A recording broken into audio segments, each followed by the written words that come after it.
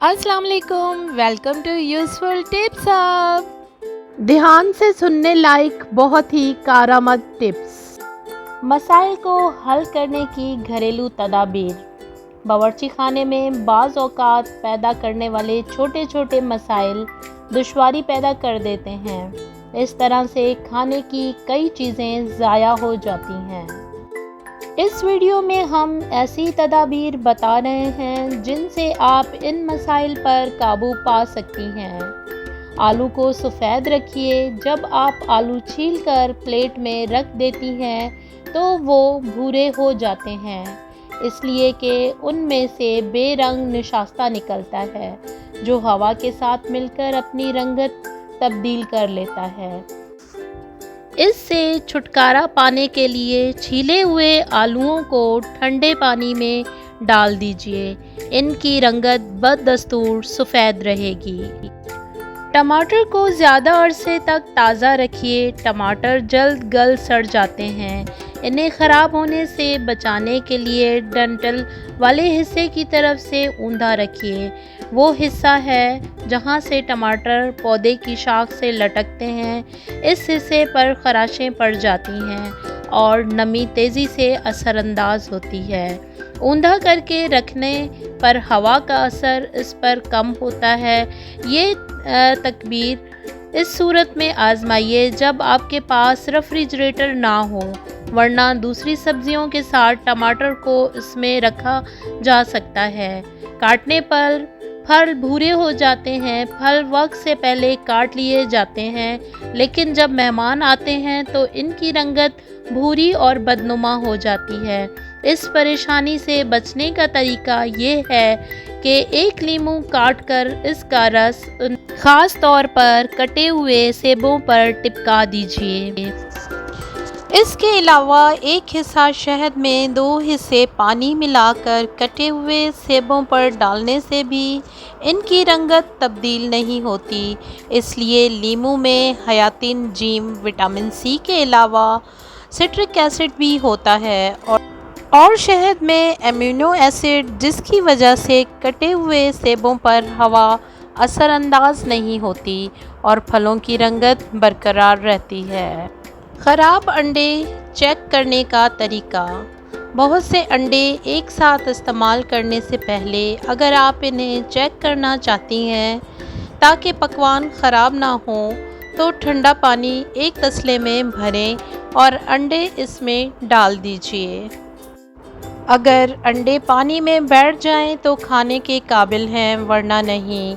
अंडा जूं जूं पुराना होता जाता है, इसके मसाम से हवा उसमें चली जाती है और अंडे की सफ़ेदी और जर्दी को ख़राब कर देती है। चुनाचा ख़राब अंडा पानी में तैरने लगता है।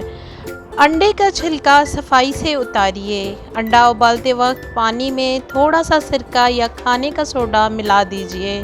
इस तरह से उनका छिलका किसी दुश्वारी के बगैर उतर जाएगा। तुर्श फलों से ज़्यादा रस निचोड़िए।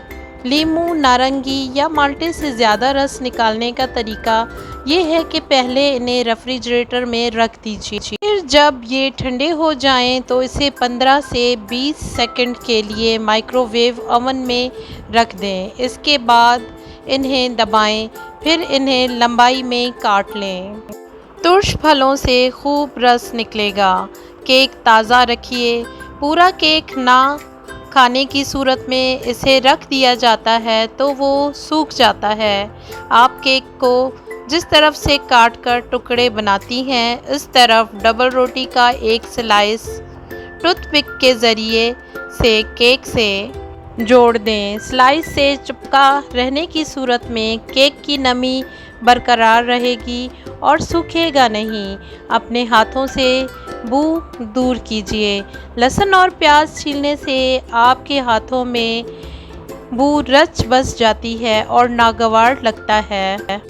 इससे निजात पाने के लिए आप साबुन इस्तेमाल करती हैं। लेकिन महक फिर भी आती रहती है। इस बू पर काबू पाने का मुनासिब तरीका ये है कि नींबू का रस, खाने का सोडा स्टेनलेस स्टील के बर्तन में इस्तेमाल करें। स्टेनलेस स्टील के बर्तन के बारे में सुनकर आप चौंकी होंगी, लेकिन ये हकीकत है कि जब आप अपने हाथ स्टेनलेस स्टील के किसी बर्तन पर रगड़ती हैं तो इसके सालिम बू को खींच लेती है। पतीले में उबाल कैसे रोकें? चूल्हे पर पतीली चढ़ाने के बाद आप अमूमन बेफिक्र रहती हैं कि इसमें उबाल ना आए, वो पकती हुई दाल बाहर ना गिर जाए। दादी अम्मा के ज़माने का ये तरीका आजमाएं और पतीली के मुंह पर लकड़ी का लंबी डंडी वाला बड़ा चम्मच रख दीजिए। झाग उबल कर बाहर नहीं आएगा, इसलिए कि ठंडे चमचे से गर्म बुलबुले टकराते ही फटना शुरू हो जाते हैं। इनका दर्जा हरारत गिर जाता है और वो पानी बन जाते हैं। उबाल पर जैतून के तेल की चंद बूंदें टपका देने से भी बुलबुले फट जाते हैं। प्याज काटते वक्त आपके आंसू टपकते हैं। आप जब प्याज काट रही हों तो डबल रोटी का एक टुकड़ा अपने मुंह में रख लें। आपकी आंखों से आंसू नहीं बहेंगे। प्याज में अमीनो एसिड सल्फो ऑक्साइड होता है। जब इसे काटा जाता है तो सल्फ़र गैस निकलती है। ये ऊपर उठती है और आकर आपकी आंखों से टकराती है। आंखों के पानी से मिलकर सल्फ्यूरिक एसिड तैयार हो जाता है, जिसका नतीजा ये होता है कि आप छींकने और आंसू बहाने लगती हैं। जब आपका मुंह में डबल रोटी का टुकड़ा होता है तो गैस आंखों तक नहीं पहुंच पाती और नाक के रास्ते मुंह के अंदर जाकर डबल रोटी के टुकड़े में जज्ब हो जाती है। दूसरा तरीका ये है कि प्याज काटने से बेशतर इसे खूब ठंडा कर दीजिए, क्योंकि ठंडा होने पर प्याज के खामड़े कम मुतहरिक होते हैं। लिहाजा प्याज काटने से 2 घंटे पहले से ठंडे पानी में डाल दीजिए। इसमें से निकलने वाली सल्फ़र गैस आपको परेशान नहीं करेगी। एक जदीद तहकीक के मुताबिक प्याज काटते वक्त जो आंसू बहते हैं, इनसे बीनाई पर अच्छा असर पड़ता है।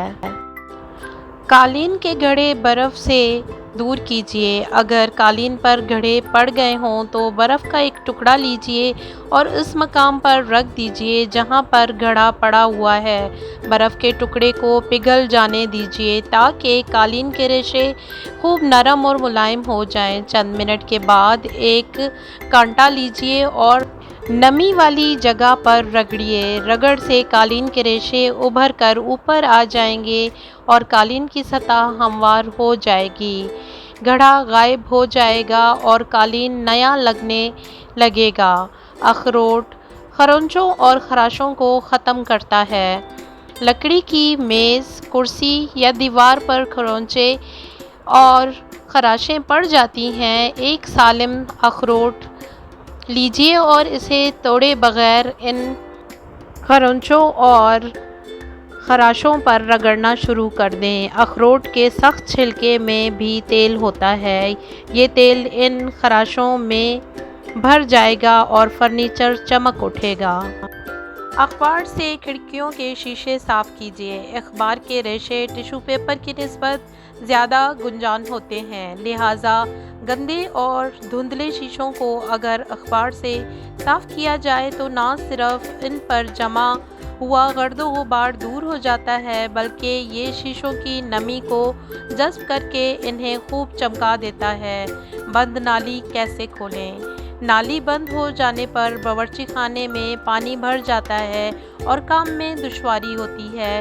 इस परेशानी से निजात पाने के लिए सोडा बाइकार्बोनेट की एक प्याली नाली में डाल दें और इसके बाद एक प्याली सिरका इसमें डाल दें। 5 मिनट बाद नाली में खौलता हुआ पानी डाल दें। नाली बिल्कुल साफ़ होकर खुल जाएगी।